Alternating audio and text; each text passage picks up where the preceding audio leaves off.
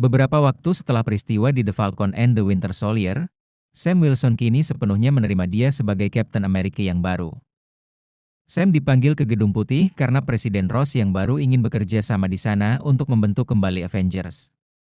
Namun masalah muncul ketika sahabat Sam, Isaiah Bradley, secara tak terkendali mencoba membunuh sang presiden dan dijebak sebagai pelakunya. Kini Sam dan rekannya, Joaquin Torres, harus berpacu dengan waktu untuk mengungkap pelaku sebenarnya dan menggagalkan rencana jahat yang tanpa disadari melibatkan Presiden Ross.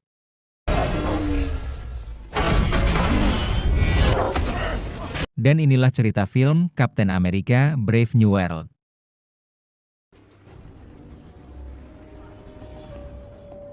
Sir? Thaddeus Thunderbolt Ross, yang kini telah terpilih sebagai Presiden Amerika Serikat. Di hadapan publik, ia berjanji akan menghadapi ancaman besar bersama-sama. Laporan berita menyoroti sifat Ross yang mudah marah, keterlibatannya dalam pertempuran destruktif antara Hulk dan Abomination di Harlem, serta penyelesaian yang berhubungan dengan putri, Betty.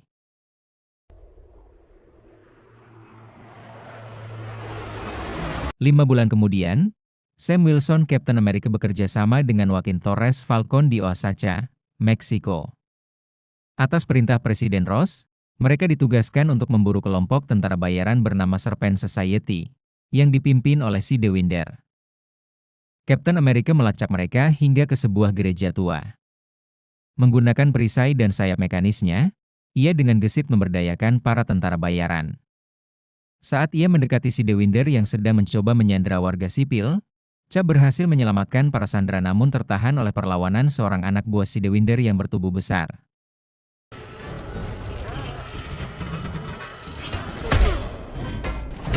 Momen ini dimanfaatkan si Dewinder untuk mengaburkan. Sementara itu, Joaquin dalam kostum Falconnya mengejar sisa anggota Serpent Society dan berhasil merebut sebuah paket misterius yang akan mereka jual. Sam, package is secured. Setelah melaporkan keberhasilan misi kepada Ross, Sam dan Joaquin kembali ke Baltimore untuk berlatih bersama Isaiah Bradley, seorang prajurit super veteran. Tak lama kemudian, Sam menerima telepon dari Ross yang mengundangnya, beserta Joaquin dan Isaiah, ke sebuah acara di Gedung Putih. Isaiah mengungkapkan keraguannya, mengingatkan Sam betapa pemerintah telah menggambarkan mereka di masa lalu. Namun, Sam berusaha meyakinkan bahwa keadaan kini berubah menjadi lebih baik. And why you always wearing that ratty-ass sweatsuit? Ketiganya tiba di acara tersebut.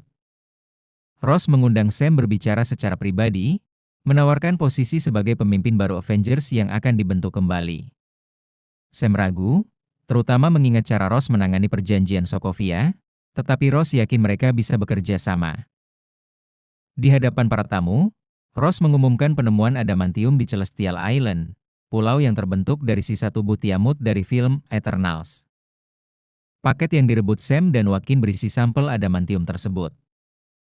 Ross sedang dalam proses negosiasi perjanjian untuk mendistribusikan mineral berharga itu dengan negara-negara lain. Tiba-tiba, lagu Emer Blue mulai diputar. Seketika itu juga, Isaiah dan 4 pria lainnya yang berada di lokasi seolah dicuci otak dan mencoba membunuh Presiden Ross.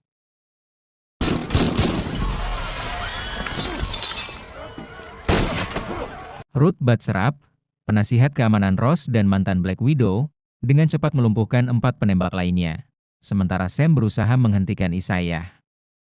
Pengejaran berakhir di sebuah taman, di mana Isaiah tiba-tiba sadar kembali. Meskipun takut akan dipenjara lagi, Sam berjanji untuk menyerah. Hey, take it easy. Sam menemui Ross di bunkernya. Ross dan Ruth yakin Isaiah adalah bagian dari komplotan teroris, tetapi Sam sepakat bahwa Isaiah dikendalikan. Ross menganggap Sam terlalu dekat secara emosional dengan kasus ini dan menegaskan, "Kau bukan Steve Rogers." Sam kemudian mengunjungi Isaiah di selnya, namun Isaiah yang putus asa meminta untuk tidak kembali, karena ia yakin akan mati di penjara.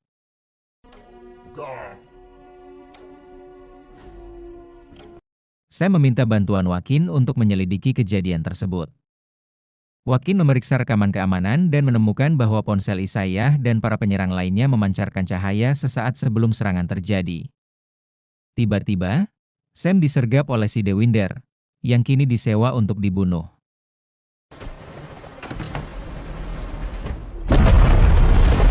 Si Dewinder mencoba menguraikan mobil Sam, tetapi Sam berhasil keluar tepat waktu. Dalam pertarungan, Sam berhasil mengalahkan si Dewinder dan menyerahkannya pada pihak yang berkuasa. Sebelum dibawa, Sam berbicara dengan bos si Dewinder melalui telepon. Sang bos misterius itu memberikan selamat atas kemenangannya, namun mengancam bahwa hal yang lebih buruk akan segera datang. We have the shooters in custody. All I'm asking for. Akibat serangan itu, para pemimpin dunia mulai kehilangan kepercayaan pada kepemimpinan Ross, membahayakan perjanjian adamantium. Sam memberikan ponsel si Dewinder kepada Wakin untuk melacak panggilan dari si bos misterius. Jejak membawa mereka ke sebuah fasilitas rahasia bernama Camp Echo One di Virginia. Sementara itu, Ruth menyaksikan seorang penjaga penjara yang dicuci otak, dengan lagu MR Blue terdengar di latar, membunuh semua penembak yang ditahan kecuali Isaiah, lalu bunuh diri. Di saat yang sama, si dalang misterius menghubungi Ross, memperingatkan bahwa perubahan kekuasaan akan segera terjadi. You are, and Betty will despise you even more. Di Camp Echo One, Sam dan Wakin menggunakan drone Red Wing untuk menyusup. Mereka menemukan laboratorium berisi data genetik banyak orang, termasuk Isaiah dan para penyerang lainnya. Di sanalah mereka bertemu dengan sang dalang, Samuel Stearns the Leader.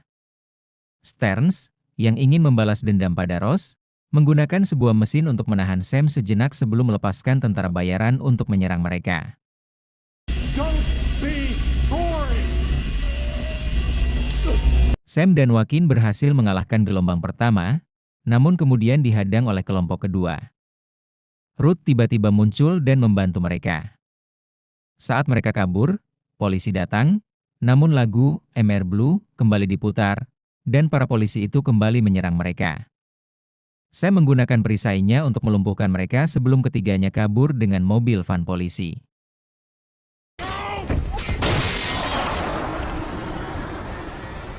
Sam bertemu dengannya di militer, Dennis Dunphy, untuk memeriksa pil-pil aneh yang ia temukan di lab Stearns. Sam juga membebaskan si Dewinder sementara untuk diinterogasi. Si Dewinder mengungkapkan bahwa setelah terpapar darah Bruce Banner, pikiran Stearns berkembang pesat. Ross memanfaatkannya sebagai think tank pribadi, terus meningkatkan dosis gamma yang menyebabkan pengobatan di kepala Stearns. Rencana Stearns adalah untuk menghancurkan warisan Ross dengan memicu perang. Creating technology and weapons for the state. Holy shit. Dunphy memberitahu Sam bahwa Ross dan Perdana Menteri Jepang, Ozaki Takehiro Hira, telah mengirim kapal perang untuk merebut Pulau Surgawi. Sam mengkonfrontasi Ross, yang akhirnya mengaku bahwa ia sesak napas karena gagal jantung. Ia memaksa Stearns untuk mengembangkan pil berbasis radiasi gamma untuk membuatnya bertahan hidup. Stearns, yang kini bebas, membunuh seorang laksamana dan memutar MR Blue, membuat 2 pilot F-18 Amerika menyerang armada Jepang. Out of the air. Stay close and don't get yourself killed. No dying. Copy that. Kapten Amerika dan Falcon terbang untuk menghentikan mereka. Wakin berhasil mengeluarkan satu pilot, sementara Sam menyelamatkan yang lain, tetapi Wakin terjebak dalam ledakan dan jatuh ke laut. Stres dan amarah mulai menguasai Ross. Stearns meneleponnya, mengatakan bahwa ia memang sengaja memancing kemarahan Ross. Di rumah sakit, saat Sam memikirkan kegagalannya menjaga Wakin, Bucky datang mengunjunginya dan memberikan semangat. Di sisi lain, Stearns menemukan dan membunuh Dunphy setelah Dunphy mengetahui tentang pil gamma tersebut. Isn't it obvious? Dalam sebuah konferensi pers, Stearns menyerahkan diri kepada Sam, namun sebelumnya ia mengungkapkan bagian terakhir dari rencana, mengekspos Ross sebagai monster yang sebenarnya. Di berondong pertanyaan tajam dari wartawan, stres dan amarah Ross mencapai puncaknya. Radiasi gamma di tubuhnya aktif, dan ia berubah menjadi Red Hulk di depan semua orang.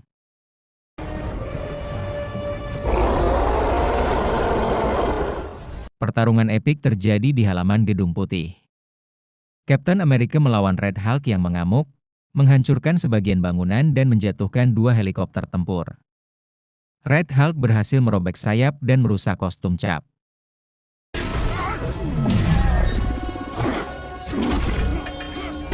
Sam kemudian memancingnya ke Taman Bunga Sakura, tempat Ross biasa menghabiskan waktu bersama Betty, untuk memicu ingatannya. Sam menggunakan perisainya untuk menyerap pukulan dahsyat Red Hulk, menciptakan gelombang kejut yang mengenang mereka berdua. Sebelum Red Hulk menyerang lagi, Sam berbicara padanya, mengingatkannya pada Betty. Hal ini berhasil, dan Ross kembali ke wujud manusianya lalu menyerah.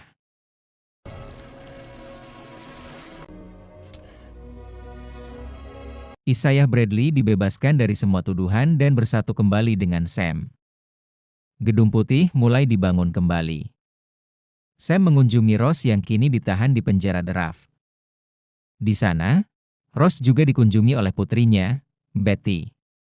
Sam kemudian menjenguk Joaquin di rumah sakit, di mana Joaquin mengakui bahwa Sam adalah inspirasinya untuk menjadi pahlawan. That's pressure, man. Sam mengunjungi Stearns di Draft. Stearns memperingatkannya bahwa ia telah melihat berbagai kemungkinan yang menunjukkan bahwa ancaman dari dunia dan alam semesta lain akan segera menyerang dunia mereka. Dan cerita film pun tamat.